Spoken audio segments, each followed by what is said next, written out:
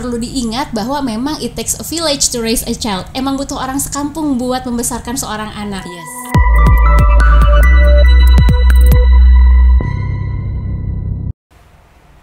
Assalamualaikum warahmatullahi wabarakatuh. Senang banget hari ini gadis dapat rezeki ya, ngobrol seru sama salah satu dokter yang ternyata ngeplot tanggalnya nih harus hamil 3 tahun. Wih, udah ketawa dokternya ya. Yang pasti di sini gadis bakal ngomongin tentang perviralan trending tentang ibu yang nggak sampai anaknya sampai stunting ya, dimana harus tentang asinya oke, pastinya oke. Dan pastinya di episode kali ini gadis tetap ada di Serasa Serunya Bercerita Bersama, ada cerita ada rasa.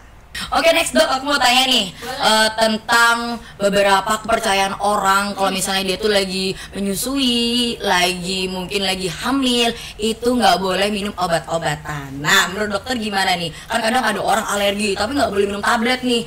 Dia nyari beberapa salep yang mungkin bisa diolesin. Menurut dokter gimana? Jadi sebetulnya memang ada beberapa obat yang tidak diperbolehkan untuk dikonsumsi ibu menyusui karena itu akan keluar di ASI kemudian akan dikonsumsi oleh bayinya saat ibunya menyusui. Tapi tidak semua obat loh, sehingga kalau ibu menyusui atau ibu hamil lagi sakit membutuhkan obat, sebaiknya konsultasikan terlebih dahulu ke dokternya, karena dokter akan memilihkan obat mana yang sekiranya paling aman nih untuk ibu hamil atau untuk ibu menyusui. Oke, berarti ini mungkin mama-mama yang di rumah calon ibu, bukan berarti obat itu nggak boleh sama sekali dikonsumsi waktu hamil, waktu PASI. Cuma emang mungkin kalau dokter menyarankan mungkin ada kayak apa ya, yang rendah-rendah yang nggak terlalu danger gitu nggak sih dok? Pastinya ada obat yang aman. Makanya obat itu kan pasti ada banyak nih untuk berbagai penyakit.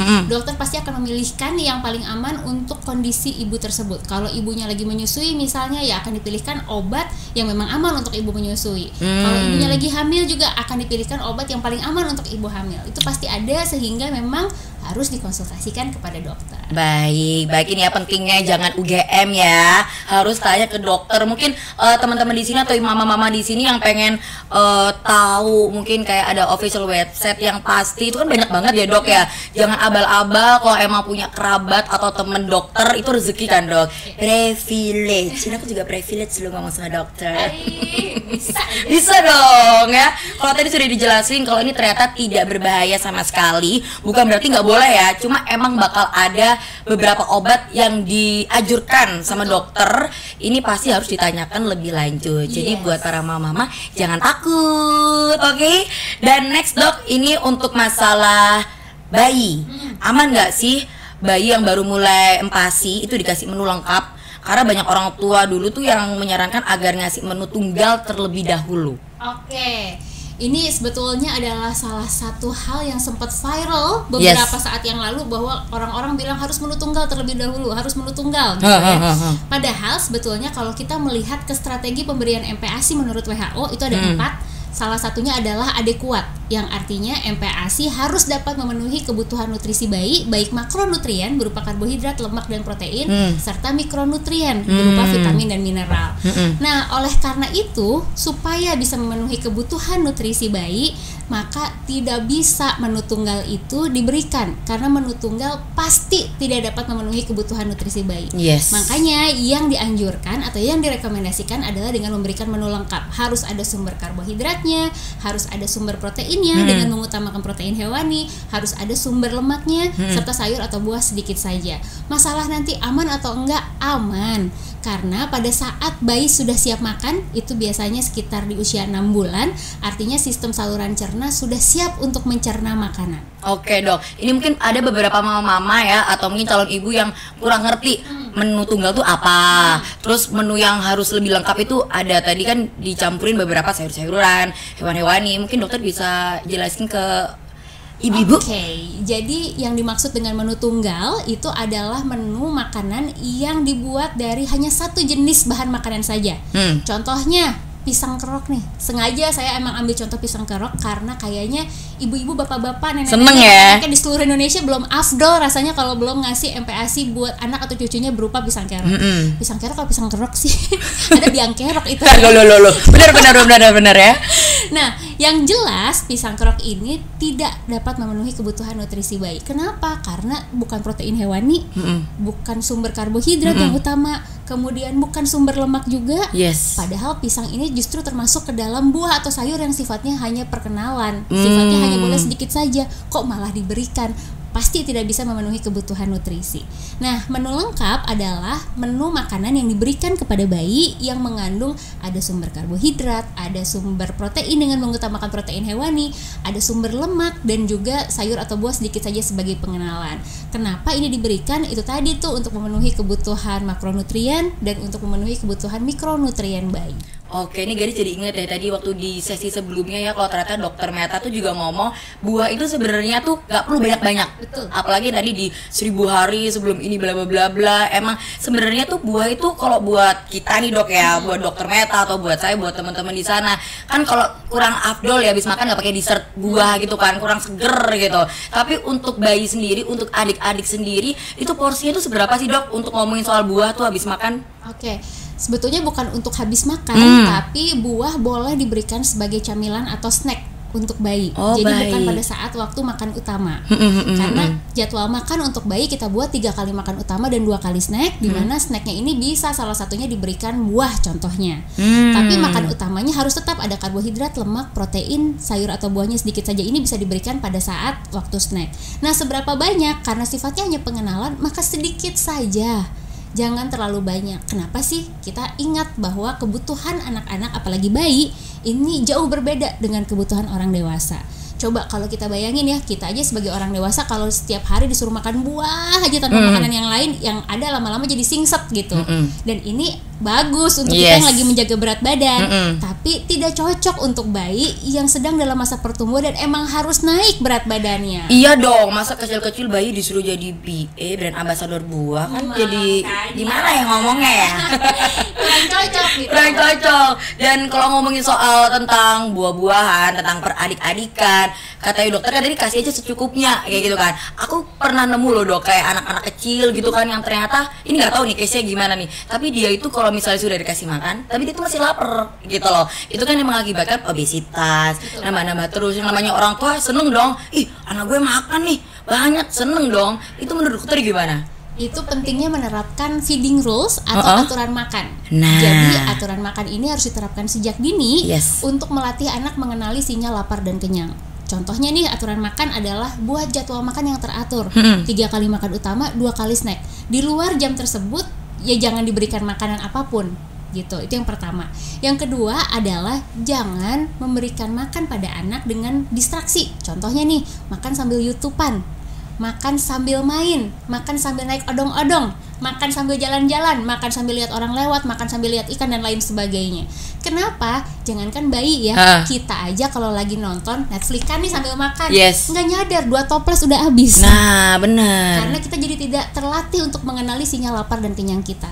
Bayi pun juga demikian, kita harus melatih supaya bayi mengenali sinyal lapar dan kenyang. Kemudian juga batasi waktu makan, maksimal 30 menit. Habis tidak habis, selesai, kumpulkan. Ujian kan kayak ujian ya, jadi selesai nggak selesai harus dikumpulkan. Makan pun juga demikian, nggak harus habis, tetap harus diselesaikan proses makannya. Ya Allah, kasihan banget masih kecil diajak ujian. Tapi ini emang ya, rulesnya ini emang penting banget tadi yang sudah dijelasin sama dokter. Sudah jelas kan, ternyata 30 menit dikasih sehari ini 3 kali makan, 2 kali cemilan. Ini kalau misalnya boleh tahu rulesnya ini diterapkannya waktu sejak umur berapa nih dok? Boleh sejak usia pertama kali mulai MPASI. 6 bulan itu ya? Oh, mulai 6 bulan kalau bisa sebagai orang tua keras kalian gitu di awal ya. Sebetulnya bukan keras sih, lebih ke konsisten ya, konsisten dan memang harus diterapkan terus menerus. Yang mungkin agak sedikit challenging gitu ya, mungkin agak sedikit menantang adalah kalau di dalam rumah tersebut bukan hanya ada orang tua. Karena kadang ibunya tahu nih pentingnya aturan makan, bapaknya juga tahu. Udah benar-benar konsisten, benar-benar disiplin. Ada neneknya, nggak tega, ambiar. Nggak tega kan? Betul. Coba itu gimana nih dok? Ya kan pasti ada kok kan di luar sana tuh mungkin mama-mama atau teman-teman calon ibu yang ternyata tinggalnya masih sama mertua. Niatnya baik sih mertuanya kayak gitu. Itu gimana tuh? Perlu diingat bahwa memang it takes a village to raise a child. Emang butuh orang sekampung buat membesarkan seorang anak. Yes. Artinya kalau bisa usahakan yang mendapatkan edukasi terkait pemberian MPASI yang benar ini ya bukan hanya orang tuanya, tapi juga semua orang yang ada di lingkungan keluarga tersebut. Kalau nenek kakeknya tahu pentingnya penerapan aturan makan ini, otomatis dia juga akan mengikuti. Kalau yang sekarang mungkin dia nggak ngerti nih, ibu bapaknya ngasih aturan makan malah aduh gak tega, masa kayak tentara udah dijadwal makan dibatasin dan lain sebagainya, karena memang mungkin kakek neneknya ini tidak mengerti seberapa pentingnya. Tapi begitu kita jelaskan pentingnya tuh ini, alasannya ini, tentu mereka akan memahami dan akhirnya juga mengikuti, karena kan siapa sih yang gak pengen yang terbaik untuk cucunya gitu. Yang dipahamin gak cuma kita, kakek nenek juga pengen kita pahami. Bulet ya bun. Oke, kalau tadi udah ngomongin ternyata satu kampung juga sudah harus membantu perkembang tumbuhan anak. Kalau misalnya tentang makan anak yang ternyata nggak boleh didistract sama nonton YouTube, nonton ini, gimana nih dok? Karena zaman sekarang kan ya, Gen X, Y, Z, milenial apapun itu, kalau punya anak pasti sudah dikasih nih ibunya duluan. Itu salah satu contoh untuk biar nggak ngedistract beberapa gadget itu gimana dok? Dari awal jangan diperkenalkan. Karena namanya anak itu kan kayak selembar kertas putih kosong. Bagaimana dia membiasakan diri, ya gimana dari orang tua ya dilatih. Kalau dari awal sudah diberikan gadget, tentu dia akan jadi terbiasa. Tapi kalau dari awal memang tidak diberikan, ya dia tidak akan terbiasa. Dia tahu dari mana? Nggak pernah mengenal gadget kalau nggak diperkenalkan. Dulu kita aja nggak pernah kenal gadget kan dok? Dulu, angkatan berapa mbaknya? Kelihatan umurnya kan ya. Oke, berarti di sini mungkin mama lebih bisa konsisten ya, bukan lebih keras, bukan kayak nganu ke tentara gitu, enggak, tapi cuma lebih konsisten. Mungkin dari anak mulai empati, mulai dia bagaimana cara makan biar nggak fokus sama yang namanya YouTube atau kayak gimana. Ini emang sebenarnya ngomong sama dokter Meta nih banyak banget dapat ide, dapat ilmu yang biarpun aku belum punya anak, alhamdulillah. Mau didoain segera punya nggak? Amin. Seneng deh ya. Biasanya kalau omongannya dokter gitu kan langsung gitu. Amin. Dukun apa dokter? Duder, ya kan dukun dokter. Oke.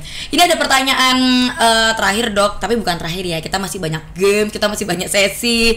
Menurut dokter Meta, ada tips nggak nih buat dilakuin sama pasangan usia subur atau orang tua, calon orang tua yang pengen mencegah stunting sama anak? Cari informasi sebanyak-banyaknya sejak awal dari sumber yang benar. Itu dulu deh yang pertama. Jadi pastikan dulu bahwa kita tahu apa itu stunting, bagaimana cara mencegahnya, bagaimana pemberian nutrisi yang benar nanti kelak untuk anak-anak kita, bagaimana cara menyiapkan nutrisi untuk ibu hamil, karena ibu hamil ini juga akan berpengaruh. Ingat ya, 1000 hari pertama kan dimulai sejak janinnya berada dalam kandungan. Banyak tren sekarang tuh kayak ibu hamil pengen menjaga body gitu ya. Jadi biar gak banyak-banyak banget naiknya bener-bener diet. Jangan dong, kasihan bayinya. Boleh diet, tapi pastikan kebutuhan nutrisi ibu hamil dan juga kebutuhan nutrisi janin yang dikandung ini juga terpenuhi dengan baik. Nah, selain itu juga pastikan mempersiapkan semuanya juga dengan benar. Kalau ada permasalahan yang memang ingin ditanyakan, tanyakan ke ahlinya, tanyakan ke sumber yang valid.